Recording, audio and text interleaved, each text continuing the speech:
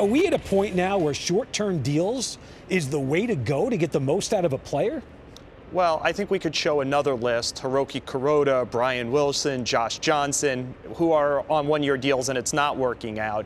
I think the key thing with the one-year deal is it's just great for the team. It's almost bad to have a one-year contract because even if it blows up, like say Josh Johnson's did, he needed Tommy John surgery, you're done with it after a 6-month season. Whereas if you have to go long-term with any of these guys, you have a bigger problem. Nick, what about the motivation factor? What about a guy who says, you know what, I'm worth $80 million. They want to give me 15, but I'm gonna prove that I actually may get $100 million if I have a good year. Does that go into it? Is the finances a big part of the mind game?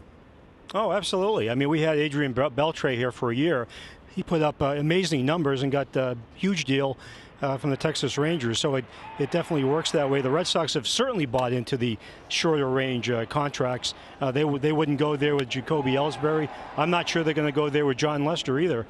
So they want to keep these contracts 2-3 years, get the most out of the player, and then either see you later or resign them to another short-term deal. So that's definitely the way it's going, I think. Thomas, any correlation, short-term deal, big year? Do you see any?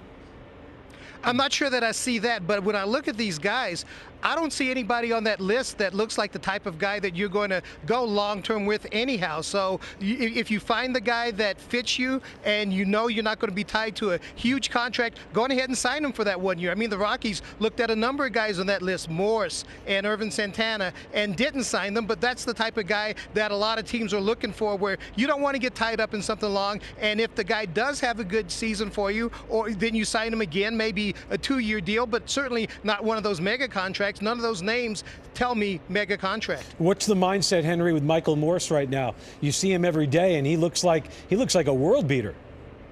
Yeah, but see, I don't think that has to do with contract. I think that has more to do with health. And I mean, I don't think you can deny that there is sort of a contract year factor with guys. I mean, you saw with Hunter Pence last year. But I think if they had given Michael Morse a 3-year contract, he'd be playing like this too, because his wrist isn't bothering him. His legs aren't bothering him.